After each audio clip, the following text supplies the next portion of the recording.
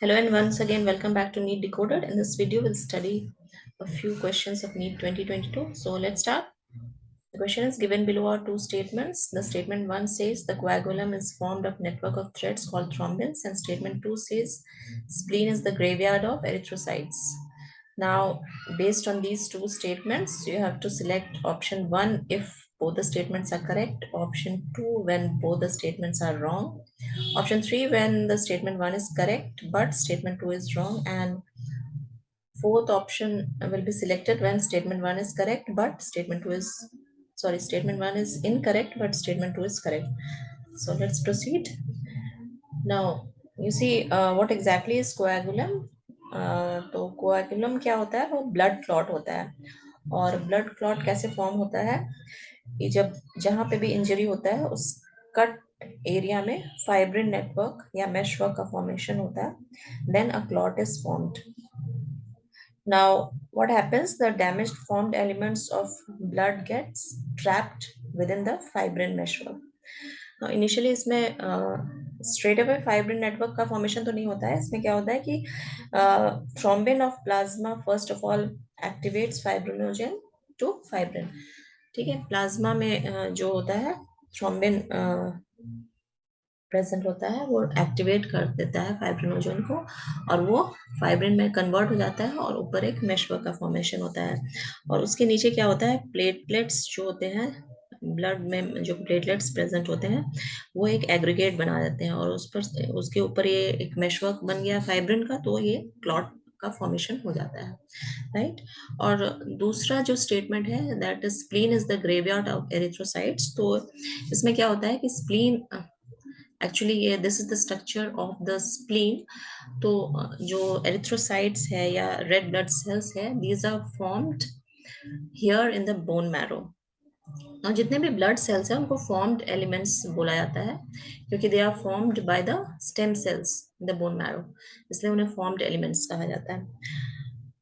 अब इसमें क्या होता है कि इसमें द रेड ब्लड सेल्स जो फॉर्म हो गए उसके बाद ये जो है इनका एक लाइफ साइकिल होता है 120 डेज का, और उसके बाद ये डिग्रेड हो जाते हैं and they get destroyed by macrophages.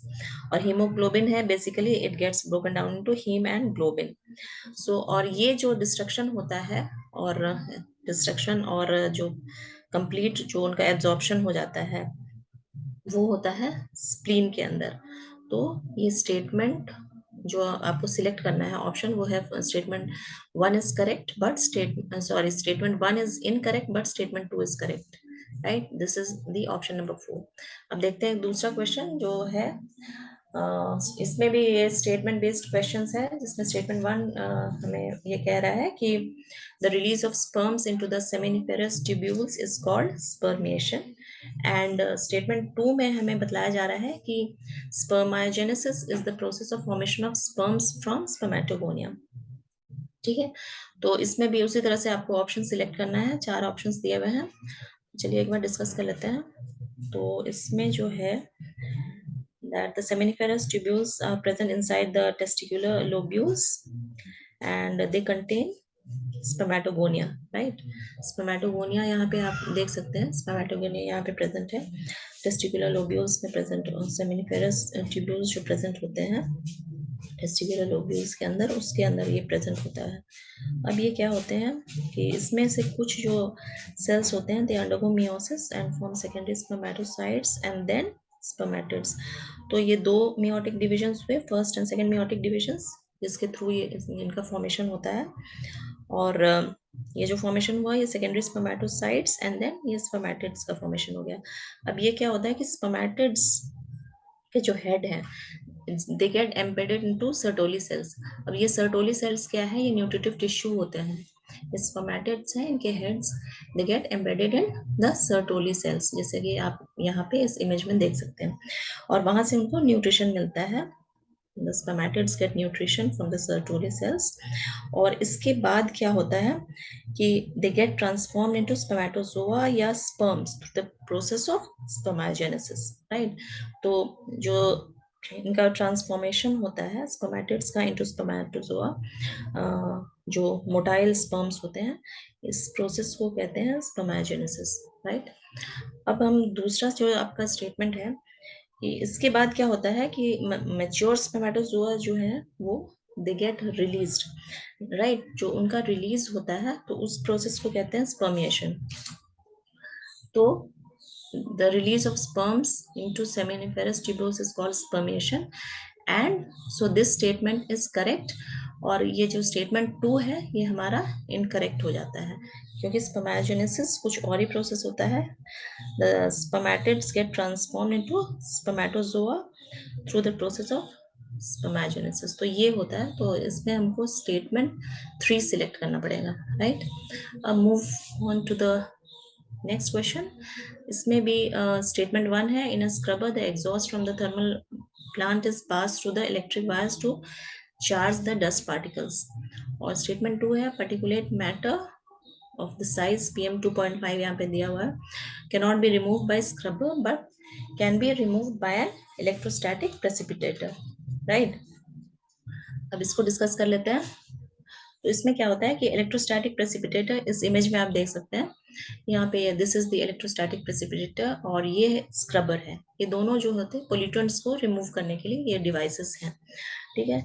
तो स्क्रबर, ये सॉरी, इलेक्ट्रोस्टैटिक प्रेसिपिटेटर में क्या होता है, पर्टिकुलेट मैटर ये रिमूव कर लेता है, up to 99% of particulate matter जो थर्मल पावर प्लांट के एग्जॉस्ट में प्रेजेंट होता है उसको ये रिमूव करता है। इसमें क्या होता है कि देयर आर इलेक्ट्रोड वायर्स और उस वो रिलीज करते हैं इलेक्ट्रॉन्स, और इसमें डस्ट पार्टिकल्स अटैच हो जाते हैं, और ये फिर जो अटैच डस्ट पार्टिकल्स हैं जो चार्ज हो जाते हैं, अब ये कलेक्टिंग प्लेट्स में जाकर कलेक्ट हो जाते हैं। तो दिस इज द प्रोसेस। लेकिन क्या होता है, और फिर क्या होता है कि स्क्रबर क्या होता है, इसमें the exhaust is pass through spray of water, spray of water होता है या लाइम, कोई भी इसका स्प्रे पास किया जाता है एग्जॉस्ट के थ्रू, और ये रिमूव करता है सल्फर डाइऑक्साइड और इसी तरह की कुछ इम्प्योरिटीज को ये रिमूव करता है। अच्छा, इसमें क्या होता है कि पर्टिकुलेट मैटर जिसका साइज है 2.5 माइक्रोमीटर्स या इससे स्मॉलर जो होते हैं, इनको रिमूव करना मुश्किल होता है। और ये क्या होता है, ये बेसिकली ऐसे पोल्यूटेंट्स हैं जो इनहेल किए जाते हैं और हमारे लंग्स में प्रॉब्लम्स क्रिएट करते हैं। So these can not be remove through electrostatic precipitator. तो जो हमारा ऑप्शन होगा वो option number 4, that is statement 1 is correct but statement 1 is incorrect but statement 2 is correct. ये हमारा स्टेटमेंट 2 करेक्ट है और इसमें स्टेटमेंट 1 इनकरेक्ट हो जाता है। ये स्क्रबर का काम नहीं है, ये है इलेक्ट्रोस्टैटिक प्रेसिपिटेटर का काम है, तो इसलिए स्टेटमेंट 1 हमारा रॉन्ग है और statement 2 is correct. So option 4 has to be selected. Fine, so please log into learn.brigadme.com. The link is given in the description box. इसमें आपको टेस्ट सीरीज, MCQs सारे कुछ हैं और it is available at very affordable prices. And please subscribe to my channel for regular updates on NEET biology content. Thank you for watching.